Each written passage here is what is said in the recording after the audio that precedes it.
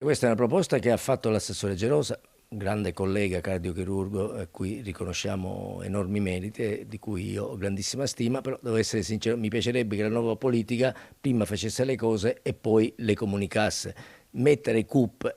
nei mezzi di famiglia, nel senso che il medico di famiglia deve anche prenotare l'impegnativa per, che sono una visita cardiologica, un'ecografia, qualcosa, e il paziente esce fuori con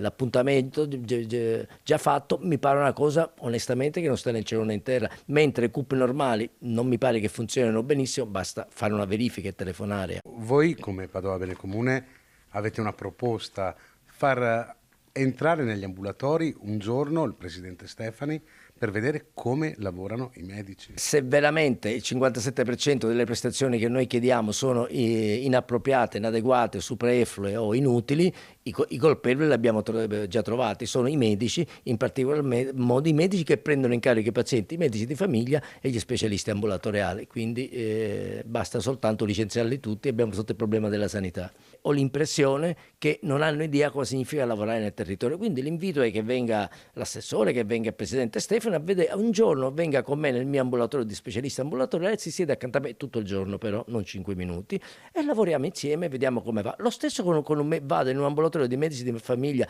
massimalista e sta col medico di famiglia tutto il giorno e vediamo come stanno le cose realmente.